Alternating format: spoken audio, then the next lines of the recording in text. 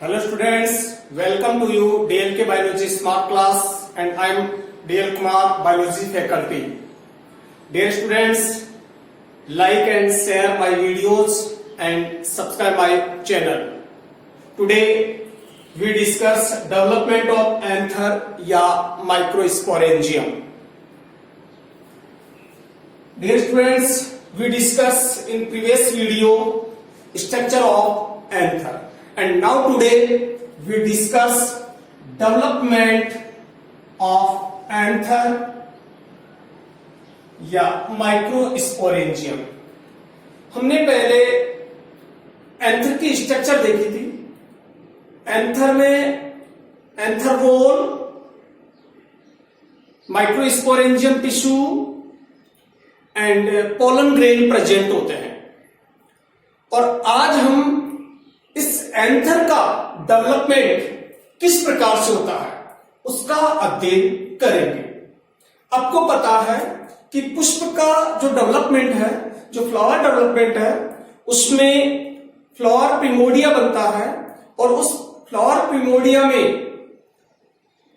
Sepal प्रिमोडिया, calyx प्रिमोडिया, stamen प्रिमोडिया और carpel प्रिमोडिया का development होता है.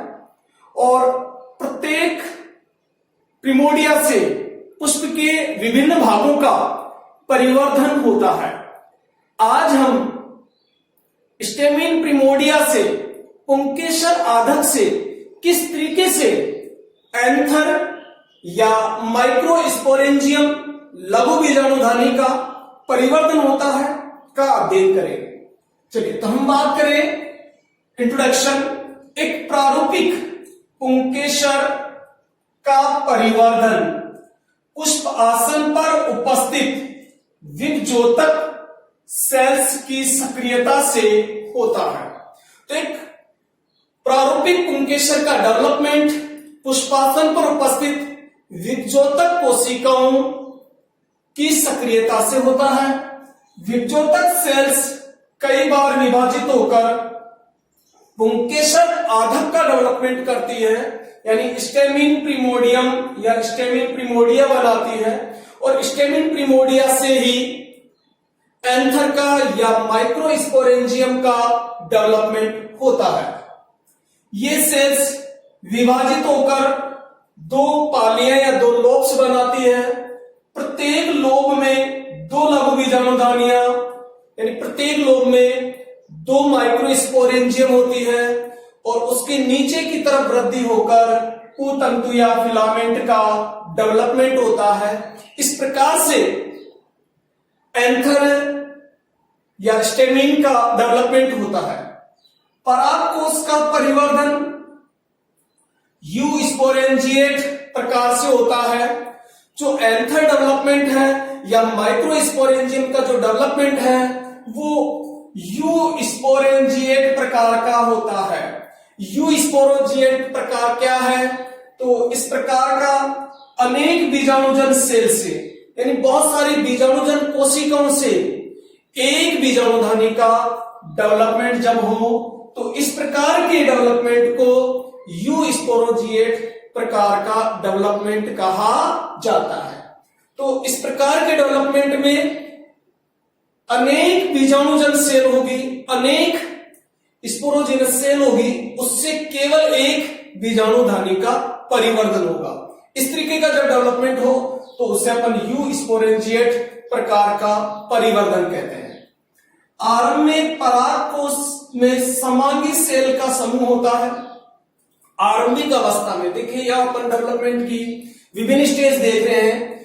इसमें ये आरंभिक स्टेज है और इस आरंभिक स्टेज में ये सारी समांगी सेल का समूह है, यानी एक ही प्रकार की कोशिकाओं का समूह है जिसके चारों ओर एपिडर्मल सेल उपस्थित है. तो ये सारी कोशिकाएं जो ये है, ये सब कैसी है?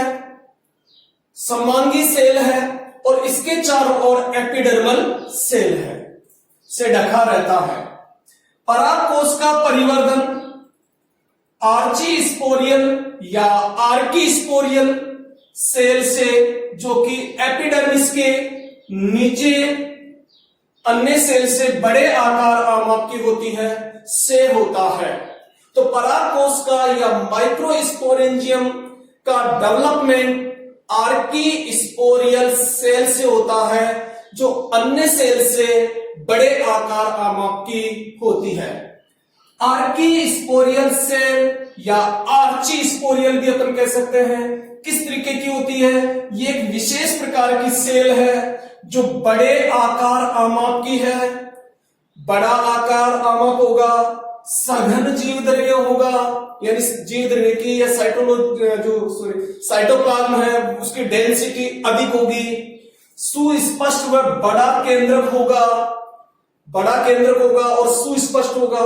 संख्या में भिन्नता होगी, यानी अलग अलग जातियों में अलग अलग आर्चीस्पोरियल सेल की संख्या होगी और उन्हीं से माइक्रोस्पोरेंजियम का डेवलपमेंट होगा। तो ये आरंभिक स्टेज है जिसमें समांगी कोशिकाओं का एक समूह है और इसके चारों ओर एपिडर्मल सेल आपको नजर आ रही है। और इस एपिडर्मल सेल के बाद में ये कुछ कोशिकाएं जो बड़े आकार आमाप की दिख रही है, जिसमें 4 कोशिकाएं आपको दिख रही है, ये है आर्चीस्पोरियल या आर्कीस्पोरियल सेल। और आर्कीस्पोरियल सेल अन्य सेल से बड़े आकार आमाप की है, सघन जीवद्रव्य युक्त है, केंद्रक बड़ा और सुस्पष्ट दिख रहा है। और इसमें एक आर्कीस्पोरियल सेल से एक क्या बनेगी? माइक्रोस्पोरेंजियम डेवलप हो रही है, यानी इसमें 4 आर्कीस्पोरियल सेल है और उससे क्या बन रहा भी? उससे एंथर का डेवलपमेंट हो रहा है। इस तरीके के डेवलपमेंट को अपन ने क्या कहा? यू स्पोरेंजिएट प्रकार का। जहां अपन बात करें कि आर्की स्पोरियल मीन्स क्या है, तो आर्की स्पोरियल 2 वर्डों से बना, एक है आर्की वर्ड और एक है स्पोरा। आर्की मीन्स होती है बिगनिंग, यानी नया निर्मित करना, बनाना, और स्पोरा मीन्स होता है सीड या स्पोर। तो आर्की स्पोरियल जो सेल है, आर्की मीन्स बिगनिंग है और स्पोरा मीन्स सीड या स्पोर है। तो ये क्या बनाएगी भी? स्पोर बनाती है, इसलिए इसे आर्की स्पोरियल सेल कहते हैं। हिंदी में इसे परपसु सेल के नाम से जानते हैं, परपसु सेल या archesporial cell. Eusporangiate, जैसा कि मैंने अभी आपको बताया, anther develop from more than 1 archesporial cell. Eusporangiate प्रकार के डेवलपमेंट उसे अपन कहते हैं जब एंथर का डेवलपमेंट एक से अधिक आर्ची स्पोरियल सेल से हो। इस तरीके के डेवलपमेंट को हम यू स्पोरेंजिएट परिवर्धन कहते हैं। अब किस तरीके से परिवर्धन होता है वो अपन बात करें यहां पर, तो डेवलपमेंट ऑफ माइक्रोस्पोरेंजियम, किस तरीके से ये परिवर्तन होगा, इसकी प्रोसेस अपन देखें तो विभजोतक सेल्स और विभजोतक सेल्स बार बार विभाजित होकर, कई बार विभाजित होकर पुंकेसर आदक या स्टेमिन प्रिमोडिया का डेवलपमेंट करती है। स्टेमिन प्रिमोडिया एक प्रकार की एक अतिवृद्धि है जिसमें बार बार विभाजन से एक अतिवृद्धि डेवलप हो जाती है, जो मैंने आपको फ्लावर डेवलपमेंट में भी बात की थी। तो पुंकेसर आदक बन जाता है। पुंकेसर आदक में जो है, जैसे ये जो आप देख रहे हो रचना, ये एक तरीके से अपन इसे यूं कह सकते हैं कि ये एक स्टेमिन प्रिमोडिया का रूप है। इसमें 2 प्रकार की सेल होगी। अब इसमें आगे विभाजन होकर एक बनेगी आर्ची स्पोरियम सेल, जिसे अपन परपसु सेल के नाम से जानते हैं, और एक होती है एपिडर्मल सेल। तो ये हो गई एपिडर्मल सेल, ये सभी समांगी कोशिकाओं का समूह है। उसके पश्चात ये आर्की स्पोरियल सेल बन गई और ये एपिडर्मल सेल बन गई। ये कंडीशन हो गई। अब आगे देखिए, इसमें परिणत विभाजन होता है। किसमें? आर्ची स्पोरियल सेल में परिणत विभाजन होता है। देखो, एपिडर्मल जो सेल है वो तो सीधी एपिडर्मिस का डेवलपमेंट कर देती है। जो पराग कोश की बात करें अपन, एंथर की बात करें, उसमें एंथर में सबसे बाहर जो लेयर होती है वो एपिडर्मिस होती है, उसके बाद एंडोथीसियम होती है, उसके बाद मिडिल लेयर और टेपिटम। तो एपिडर्मल सेल तो सीधे एपिडर्मिस लेयर का डेवलपमेंट कर देती है। और जो आर्चीस्पोरियल सेल है उसमें परिणत विभाजन होता है। देखो दो तरीके के विभाजन होता है, एक होता है पेरिक्लिनल यानी परिणत और एक होता है एंटीक्लिनल। समझे अपन? देखिए ये जैसे मान लीजिए सेल्स है, ये कोशिकाएं हैं, ठीक है। परिणत या पेरिक्लिनल डिवीजन किसे कहेंगे? ये सरफेस है इसकी सेल की। जब सरफेस के समांतर डिवीजन हो, इस तरीके से डिवीजन हो, तो इसे अपन क्या कहते हैं? परिणत विभाजन या इसे पेरिक्लिनल डिवीजन कहते हैं। और इस प्रकार के डिवीजन से कोशिकाएं जो बनेगी वो इस तरीके से बनेगी। तो कोशिकाओं की यानी किसी भी अंग की में जब पेरिक्लिनल डिवीजन होगा तो उसकी लंबाई में वृद्धि होगी। इस तरीके के डिवीजन को अपन पेरिक्लिनल डिवीजन कहेंगे। और जब कोशिकाओं में डिवीजन किस तरीके से हो? इस तरीके से समकोण पर, जब सरफेस के समकोण पर डिवीजन हो तो उसको अपन क्या कहते हैं? एंटीक्लिनल डिवीजन, अपनत विभाजन कहते हैं। तो दो तरीके के विभाजन होता है, एक परिणत विभाजन और एक अपनत विभाजन। परिणत विभाजन कोशिका की परिधि के समांतर होगा, जिससे कोशिकाओं की या अंग की उसकी सरफेस में लंबाई में वृद्धि होगी, एक खड़ी पट्टी बनेगी। और इसमें क्या होगा? कोशिका की सरफेस के समकोण पर डिवीजन होगा अपनत में। और इससे कोशिकाएं कैसे बनेगी भी? इस तरीके से जो कोशिकाएं बनती जाएगी। अब ऐसे यहां पर इस पे फिर कैसे बनेगी? इसमें ये इस तरीके से कोशिकाएं बनती जाएगी। तो इसमें क्या होगी? चौड़ाई में वृद्धि होती जाएगी। इस तरीके से जैसे कोशिकाएं बनती जाएगी समांतर, तो चौड़ाई में वृद्धि होती जाएगी इससे। तो इसमें एक खड़ी पट्टी में वृद्धि होगी और इससे चौड़ाई में वृद्धि होगी।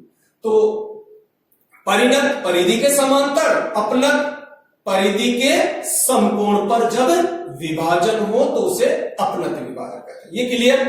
अब अपन बात करें आर्चीस्पोरियल सेल में, जो कि प्रत्युष सेल है, उसमें एक परिणत सबसे पहले एक डिवीजन होगा, जिससे क्या कहेंगे अपन? पेरिक्लिनल डिवीजन होगा। और उससे क्या होगी? कोशिका एक दूसरे के ऊपर नीचे बनेगी। तो बाहरी स्तर बनेगा एक कोशिकाओं का और एक बनेगा आंतरिक स्तर, हो गया ना? मैंने कहा ऊपर नीचे बनेगी। तो बाहरी स्तर की जो कोशिकाएं होगी उसमें कौन सी बनेगी? Primary parietal cell. Primary parietal cell यानी प्राथमिक भित्ति कोशिकाएं बनती है। और जो आंतरिक स्तर में बनती है उन्हें कहते हैं प्राइमरी स्पोरेंजियस सेल, प्राथमिक बीजाणुजन कोशिकाएं। तो परिणत विभाजन होकर आर्चीस्पोरियल सेल में परिणत विभाजन होकर बाहरी स्तर के रूप में प्राथमिक भित्ति कोशिका और आंतरिक स्तर के रूप में प्राथमिक बीजाणुजन कोशिकाएं बनती है। अब प्राथमिक भित्ति जो कोशिकाएं बनती है, जिसे अपन कहते हैं प्राथमिक भित्ति सेल्स कह रहे हैं, इसमें फिर परिणत विभाजन होता है, फिर पेरिक्लिनल डिवीजन होता है, जिससे एंडोथीसियम सेल, बाहर की तरफ एंडोथीसियम सेल और अंदर की तरफ पैराइटल सेल या वॉल सेल्स बनती है। तो परिणत डिवीजन होगा, वापस प्राथमिक भित्ति कोशिका में वापस परिणत विभाजन होगा, जिससे बाहर की तरफ एंडोथीसियम सेल्स और अंदर की तरफ वॉल सेल्स या पैरिटल सेल्स बनती है।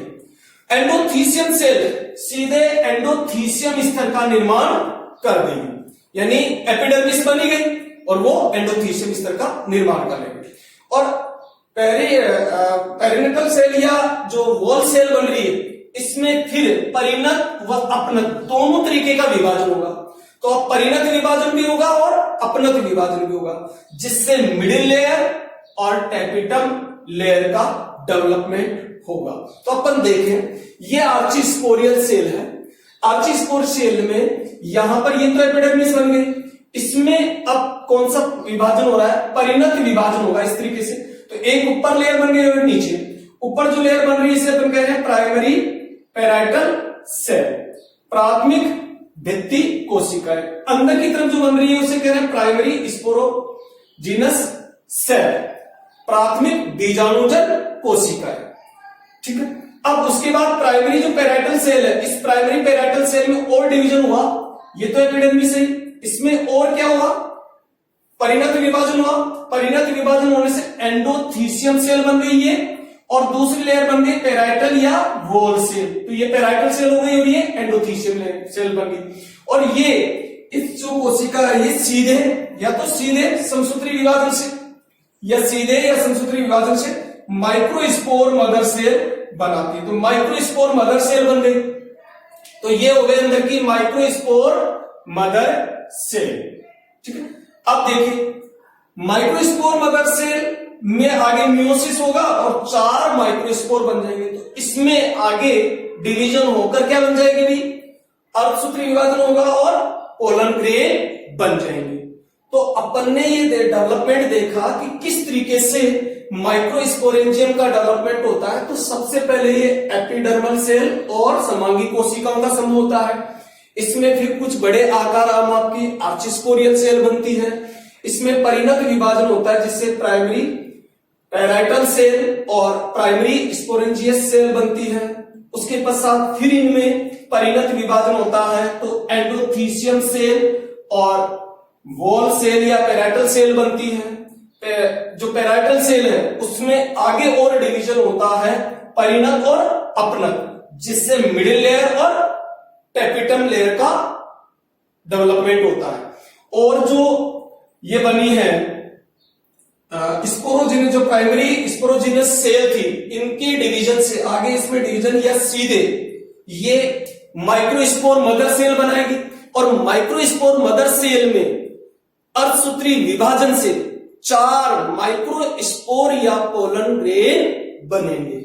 तो देखिए ये अपन ने देखी थी TSO-PAN3, ये देख सकते हैं अपन समराइज रूप में। तो एपिडर्मिस, ये एपिडर्मिस लेयर हो गई। एंडोथीशियम, ये एंडोथीशियम लेयर बन गई। ये मिडिल लेयर, ये भी मिडिल लेयर बन गई। जो मिडिल लेयर किससे बनेगी भी, ये देखिए यहां पर ये पेराइटल सेल के से। उसके बाद टेपिटम, ये टेपिटम लेयर हो गई जो किसके चारों तरफ है, माइक्रोस्पोरेंजियम के चारों तरफ है। और ये माइक्रोस्पोरेंजियम है और माइक्रोस्पोरेंजियम में ये अनेक परागकण भरे हुए हैं, पोलन ग्रेन उपस्थित है। तो इस तरीके से एंथर का डेवलपमेंट होता है। ओके फ्रेंड्स, जय हिंद, जय भारत।